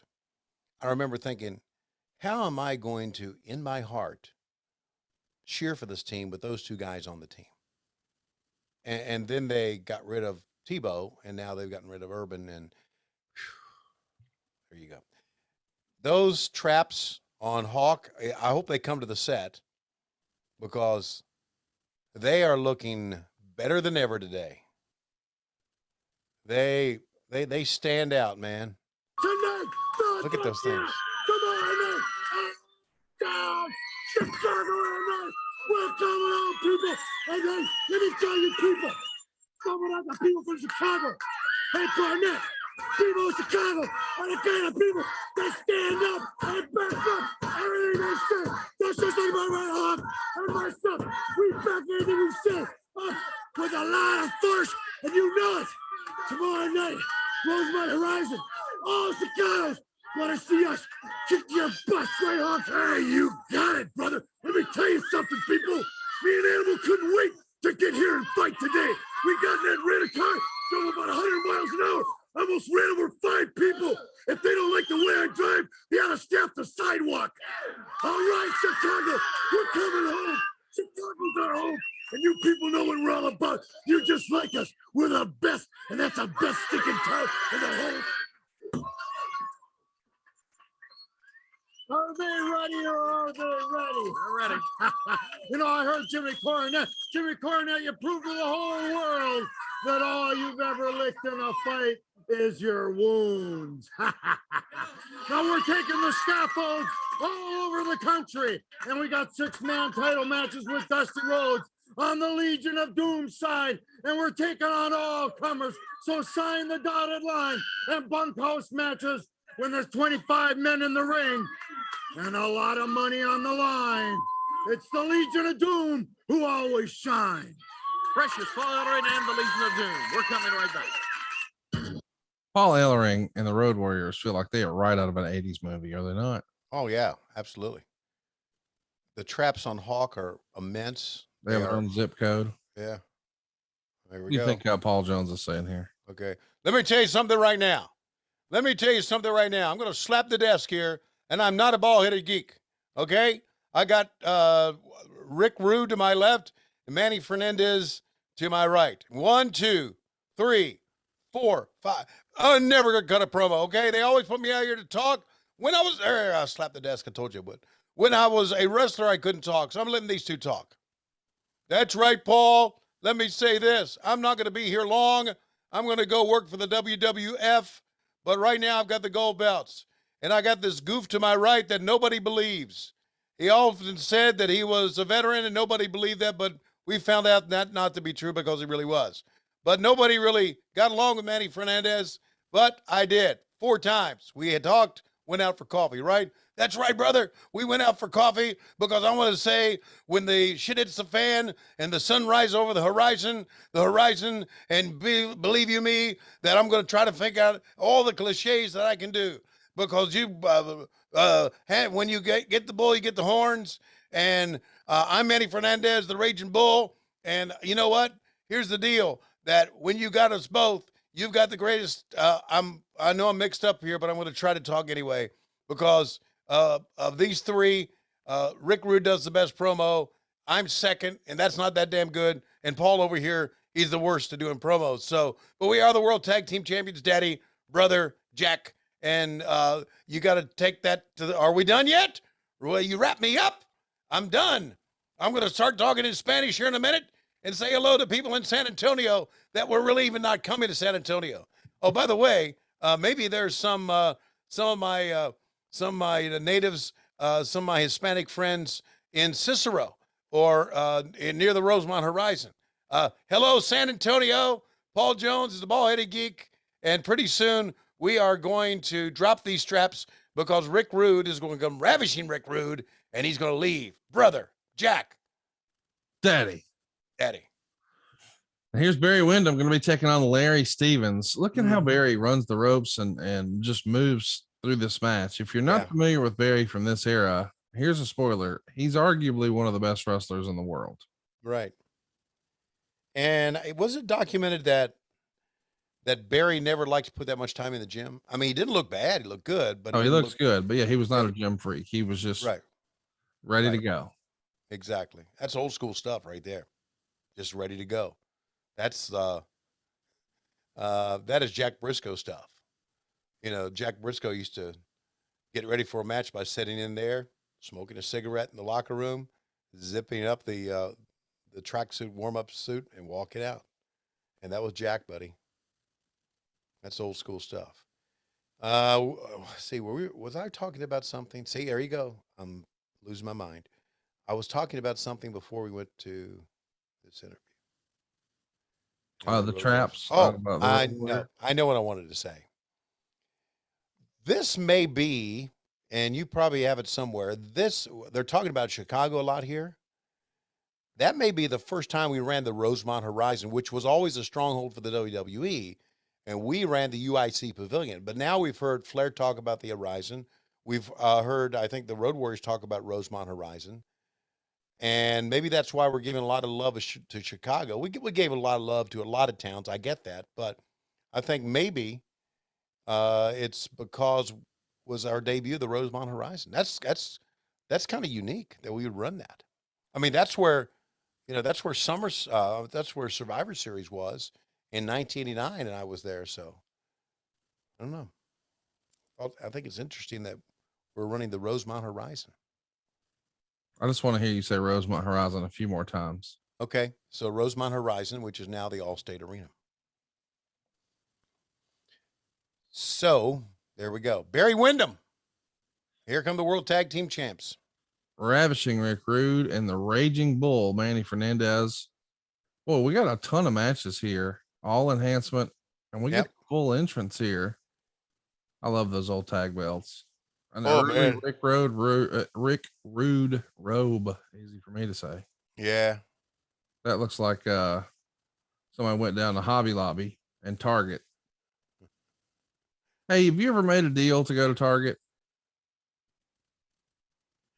Have Like, I ever made a deal to go to Target? Like, does Lois ever say, like, hey, I want you to go to Target with me? And you'd be like, No. I don't want to go. I like going to Target. She does not. Surprise. She won't go in the Target. What's she got Target heat for?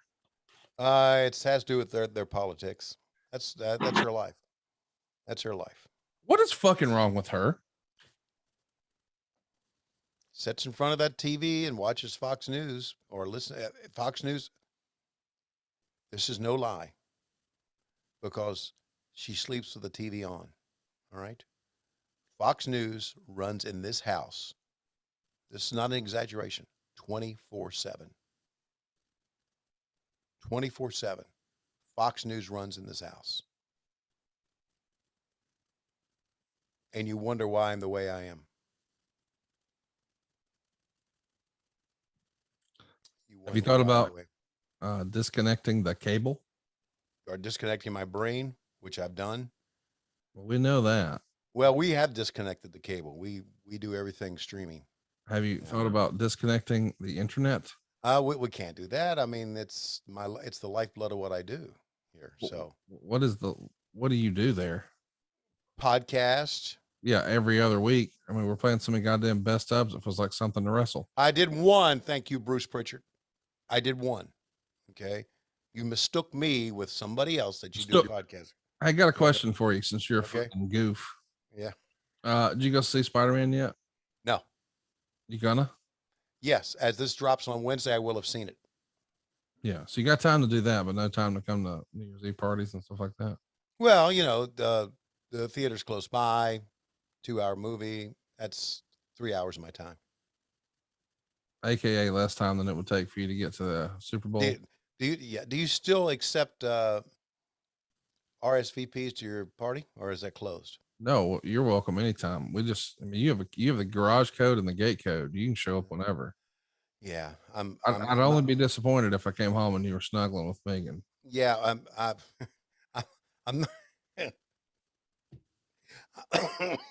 I have a feeling that would actually strengthen our relationship, though. She'd just run right back and be like, "Save me, baby." I'm not the type of person, unlike your other friends, okay, who would take advantage of a gate code or a house code. I've changed all that for Okay. for Cassia. You can't give my sister her piece and then just slide on in whenever you want. Yeah. Hey, we ought to give a shout out to our main man, Jim Ross. As you're listening to this, he's going to be wrapping up imminently his series of treatments for his skin cancer. Yeah. And man, I know he'll be glad to have all that behind him. Yeah. It'll be great to get him back on the desk. I really enjoyed the time that I worked with Taz and Excalibur. I think we'd made a good team. But there's something very comfortable about working with JR, I agree. It doesn't feel the same without him, Right. and it's one of those deals where you don't know what you got till it's gone, sort of thing. Mm-hmm. And maybe absence makes the heart grow a little fonder, but I'm like you. I love Taz, but man, I just, I think JR, we got to have him. I loved, and we haven't even talked about this. We should. You guys took a big chance and you tried something pretty different. You opened with your main event for the world title. Yeah. Bryan Danielson, who I believe to be the best wrestler in the world, and most people believe he's 1A or 1B. Mm-hmm. And he wrestled the AEW world champ, Hangman Adam Page, who certainly come into his own with a tremendous tag match with Kenny Omega and the Bucks last year, right before the pandemic. And who could forget that memorable match he had with Kenny Omega? I think Dave Meltzer gave it 37 stars. And now he got to test his mettle in prime time the biggest audience he's probably wrestled in front of like this. Yeah. So in the biggest match, in the biggest way, live to open the show. And they didn't go 5 minutes. They didn't go 20 minutes. They didn't go 30 minutes. They went to an old school 60-minute time limit draw. Right. Like the old NWA traveling world heavyweight champion did a generation or two ago. And I know the old school in you loved that shit. Yeah, I did. I loved every bit of it because I've seen so many, as they say in the business, Broadways. I've seen so many of them, and when you see them, you often wonder, can the guys handle it? And I think the guys were able to handle it quite well. They were very, very, and Danielson's very smart about, and he obviously has more experience than Hangman does. But I thought it was great. I was disappointed in one thing, but I knew that would happen. When the bell rang and we called it a time limit draw, some of the fans booed. Yeah, I expected that too. I expect that too. And I wanted to tell you fans, I get it but shut the fuck up. Okay. You just saw a great match. All right. So just stop it. We get it. Your fans who love the show and paid their money to come see the show and paid for parking and got their swag and took their made their signs and wore their t-shirt and all that. Your message to them is fuck you. No, it's not. The ones that booed, my message is shut the fuck up. It's the same ones that are just really enjoying booing Cody right now for no reason. Okay. Well, they paid their money. They can boo him. Of course they can. Of course they can. But anyway, I was disappointed though of some of the boos, but as you said, I expected that. But it was a great old school match. How about that? Look at that combination, flying burrito. Not only that, do we have blood in the ring? Blood going on, son. Yeah, man. Boy, this is an aggressive show. Somebody been bleeding. And guess what? Oh, yes. Look, it's all over Manny Fernandez's chest. Yeah, it's the fella who just took the pinfall here. Let's listen. Fuck.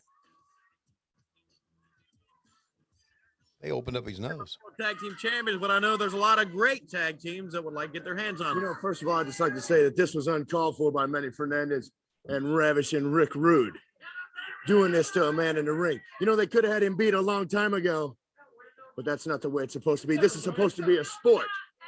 And I'll tell you what, anytime those boys want to get in the ring with me and my partner, Ron Garvin, do it right now. But as far as this United States Tag Team Championship goes, right here, Ronnie Garvin and I were very lucky.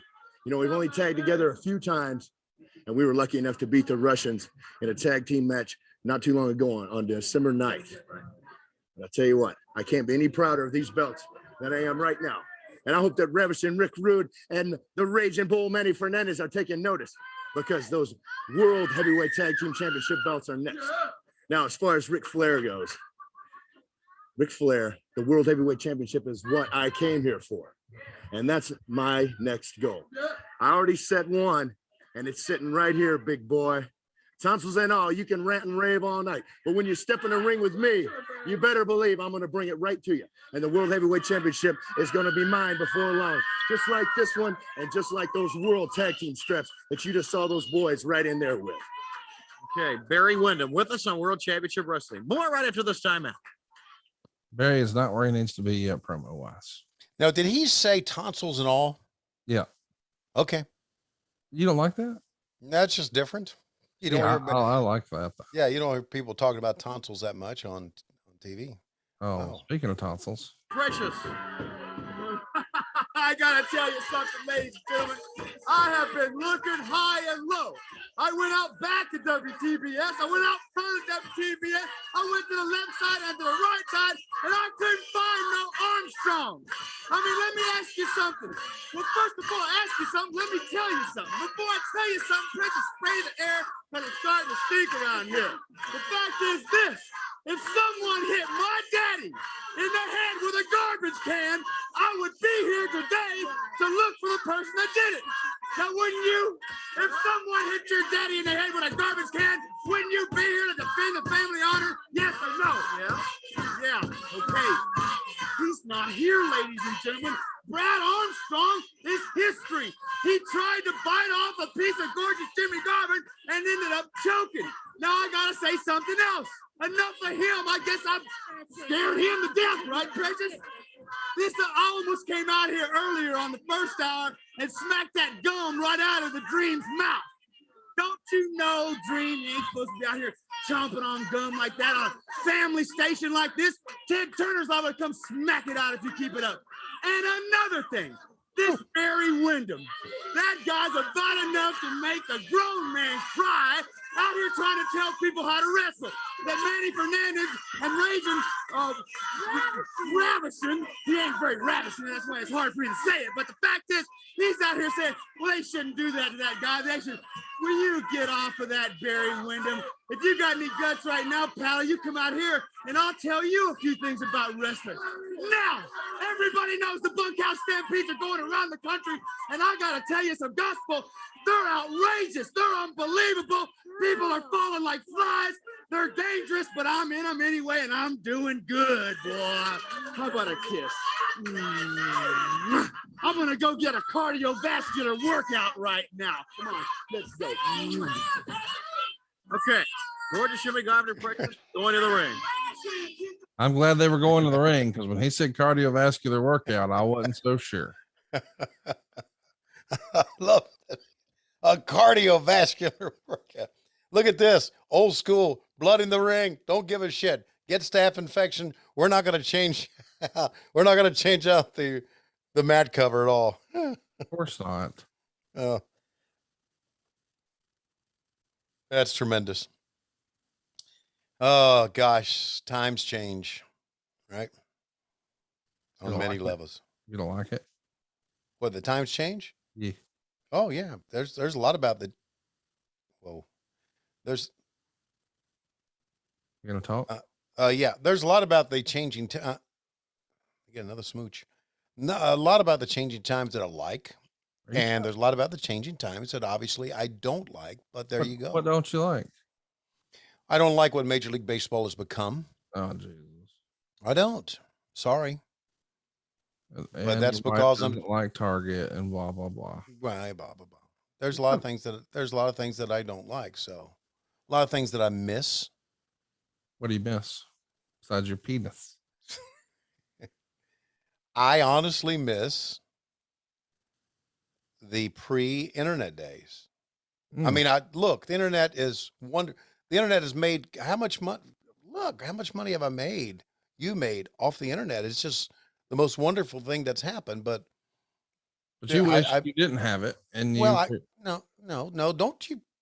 put words in my mouth. I miss the old rotary phone ringing on the wall type thing. You can get one of those today. I don't want one of those today, but you miss it.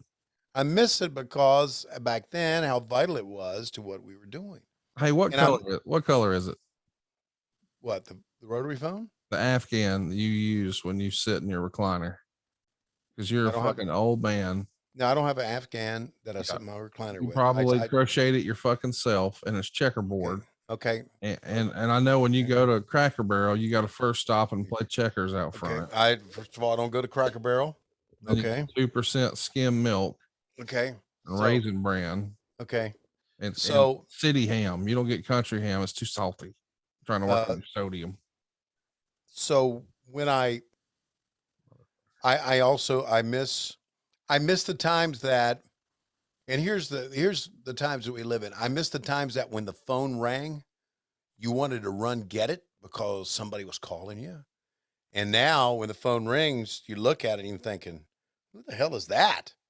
So you're just a negative old bitter piece. I don't know this number. No, I'm not negative old. Well, no, I'm not. Yeah, you are. No, I'm not. Yeah, you are. No, I'm not. No, I hate baseball and all the changes. Lois won't go in Target because of their politics. We're not coming to your party. No, we're not going to do your gigs. Oh, I hate everything. Dirk Manning wears a cape in public. I mean, just, all this weird shit. No, that's not all correct. But I just, I guess I need drugs. Can we get Lois on the show next week? Really? I think it'd be fun. Just the whole show, or do like a run in? Whatever you prefer, but I think a whole show would be fun. Okay. You know, this is our last time we're going to talk before Christmas. Do you know that? Yeah. Yeah, we can. Yeah, we can. So next week we'll do like a end of year special edition. Oh, maybe that's what we'll do, right? We got to do 2 episodes since she decided to slack off and make us play a best of. So what we could do is we could do 1 episode, just you and me, and then 1 episode with her in the 3rd seat. Uh-huh. Or we could get David Crockett back on the line. He likes talking to us. Or we get Rebel. Now I'm for that. But Yeah. do you think she would want to watch old wrestling with us? No, I don't think she would want to do a 2-hour show with us. It wouldn't be a 2-hour show. The shows are only like 70 minutes. Well, we kind of stretch it out. Well, I we don't have to stretch for her. Mm, Wait, that doesn't sound good. You know what I mean? no. Yes, I do. I know what you mean, but I know what people are going to think. I don't think Lois is going to want to be with us because See, here's the thing. You don't give her an option. Last Oh, time I yeah. checked, you are the income. You tell No. her, hey, woman, get upstairs and get this shit done. See, here's the difference between me and you, Tony. Men do what they want. Boys do what they can. Your wife's downstairs fucking around on Facebook. You know what mine's doing? Making breakfast. You know, it gets me hot. You take a look and you see who's got those belts right now. When everybody knows who the champions should be, the NWA Tag Champions should be right here, the Andersons. But who protects him? I'll tell you who protects him. One is that mealy mouth promoter. He's got so much going for him now. He thinks that I can't beat him. He thinks that I can't beat him. He puts all these people out in front of us trying to keep those belts away from us. And one of his favorites is that Dusty Rhodes. Rhodes, you got to hide behind everybody because you can't do the job yourself. You're still alive in 86. But watch yourself, because any day it's going to be through. 87 around the corner. And I guarantee you, I'm not leaving until you're done. The U.S. champion belts are on that big kid, that Barry Windham and Ronnie Garvin. If you don't know about us now, you better go ask the Rock and Roll Express. You better go ask everybody else we've wrestled and find out what it's like to go against Anderson. I'm telling you, the new year is starting right now. Christmas is a new year for us, and we're going to make a present by taking what we want, and we want those tag belts. You know, it's hard to top anything The Rock has said, but all I'm going to tell you, with all the talent that's involved with Jim Crockett Promotions, what you have now is parity. For all you people that don't know what parity is, it means anybody can lose on any given night. Well, rock and roll, the fact that we're not World Tag Team Champions has nothing to do with a mistake in our attack. No, we had the right attack. The one thing we didn't figure out is just how much guts you had in your body. But put that all aside. Rude Manny, you capitalized on our slight mistake. All well and good. But the bottom line is, Wyndham, and you're new on the scene, Wyndham, you got the fine partner in Ronnie Garvin. You got the aerial attack of Barry Windham. You got Ronnie Garvin standing on his feet, fighting toe-to-toe. One of the finest men I've ever been in the ring with. I got respect for Ronnie Garvin. But the bottom line is, if we're going to start back at the bottom and work our way up, that's what we'll do. And as far as you go, Dusty Rhodes and that overdressed cue ball, Nikita Koloff, just remember, it's still the superpowers, 2 of you against the Four Horsemen, and we like those odds. And we're coming right back right after this timeout. They are some good promos, my friend. yeah, man. What's wrong? I got to hear it. You got to share. Your wife is on Facebook. Hey, what's so funny?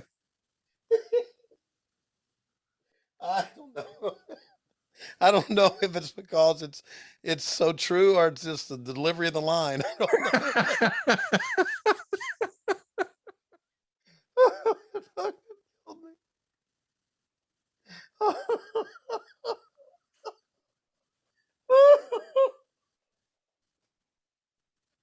know.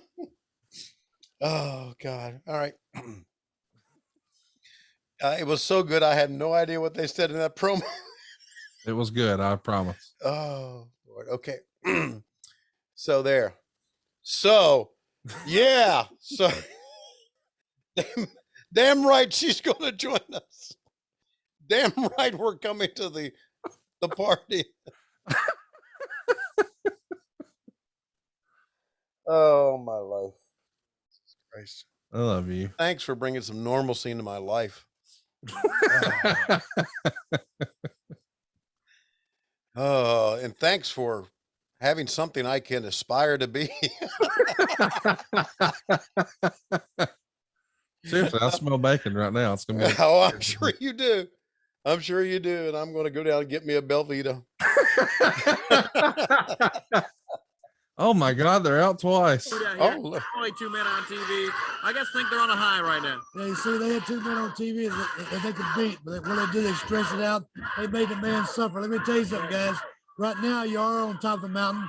You see, Tony, sooner or later, they got the face of Rock and Roll Express. They're going to find out how come we were on top of the mountain for a long, long time, baby. That's right, Tony. You know, they come out here talking about heavy metal. They come out here saying that they're the R&R. But you see, Tony, you can tune a guitar, but you can't tune a fish. That's what I'm telling you, Manny Fernandez, Rick Rude, and Paul Jones. You see, sooner or later, baby, you're going to find out what it's all about. You come out here, you take advantage of people and situations. But situations, baby, happen in different ways. You see, baby, we're coming for you. We're not out here crying over spilt milk. I'm not out here crying about my sore arm, Robin's sore leg, because we know, baby, that we can beat you. And we're going to prove to you that we are, because we are #1 in the world. You got that right. All right, the Rock and Roll Express. More action back in the ring. The Barbarian here is going to be our main event or close to it. Yeah. I think what Manny Fernandez and Rude did to that guy has caused a little improvisation in interviews and stuff like that. It brought the Rock and Roll. Oh, Jesus Christ. Did you see that? Yeah. I don't want to be an enhancement talent on this show ever. I don't think this guy does either. I don't blame him. I don't blame him not one bit. Yeah. He's trying.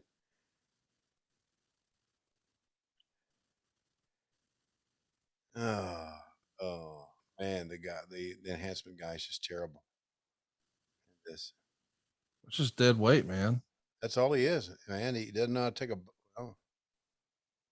But I'm saying I wouldn't want to. I mean, I don't know what to do here with Barbarian either. Like, yeah, I know. You just flop around. That's what you do. You flop around and hope it ends soon. Yeah, amen to that. Yeah.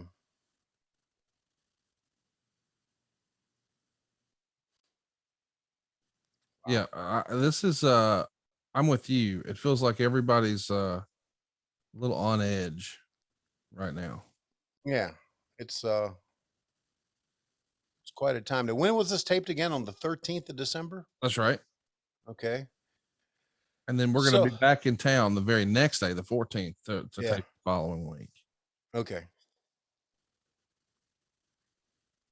Yeah. All right. So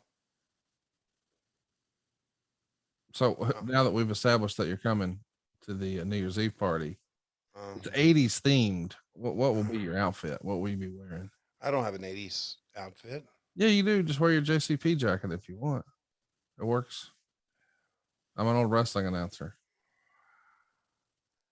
Ta-da! You did it. I can't find my JCP jacket. Oh well, stupid ass Silva may have it. Really? Yeah, because we have to have it for events and shit, right? Right. So he's probably got it. Matter of fact, he probably waits till you're not around and goes. He's a little weird about all this JCP stuff. It's terrible visual. He's got a little shrine in his office that you'll never see again. Built to Arn. I mean, I'm worried for Arn's family safety, really. Yeah. I am growing a mullet. I don't know if you can tell, my hair's getting longer. Yeah, you mean you're growing it back? Growing it back. Yeah.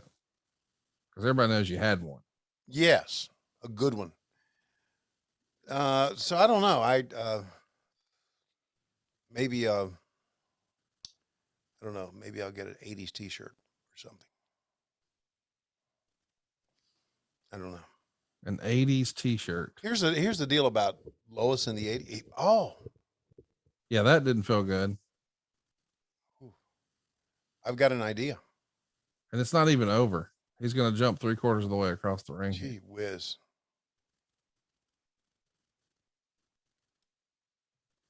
My goodness. This is that was a beating right there. That was a beating. And we're not done though. Still got a couple minutes left, and here we go. Like Christmas, New Year's, Easter, the 4th of July, anytime you see the Four Horsemen together, it's something special. It's a special day. It's an event, if you would. The newspapers come around, the TV cameras cover it because we're special, because we control wrestling. We rule the world of professional wrestling. The world television champion, the world heavyweight champion, the greatest tag team combination of all time, the Minnesota Wrecking Crew, the Andersons, and my humble self. Tony Schiavone, the Rock and myself stand before you in this Yuletide season a little naked. You see, world television champion, world heavyweight champion, but Rock and I are a little bare. Our tree is a little bare. But let me tell you, beyond the shadow of a doubt, that's temporary. You see Nikita Koloff, you've got to stop. You're the U.S. heavyweight champion. I'm not forgetting that. Ronnie Garvin, Barry Windham, you're the U.S. tag champions. Rock and myself have not forgot that. So rest assured, GQ Ball, as I stand here before you, rest assured, your U.S. title is in jeopardy. It doesn't get mentioned much, but it's in the back of my mind because I'm going to tell you, I myself, personally, am going to restore the name Anderson to where it should be on top of the heap. Like that's what we're trying to say is whether you're a fat, out of shape truck driver, whether you're a skinny geek pushing a taxi cab, whether you're a doctor or lawyer that doesn't have half the money we have, this is the way life is. If Oli wants to slap Road Warrior Hawk, he'll do it. If Tully wants to spit on Road Warrior Animal, he'll do it. If Arn wants to take Dusty Rhodes, do all that, he'll do it.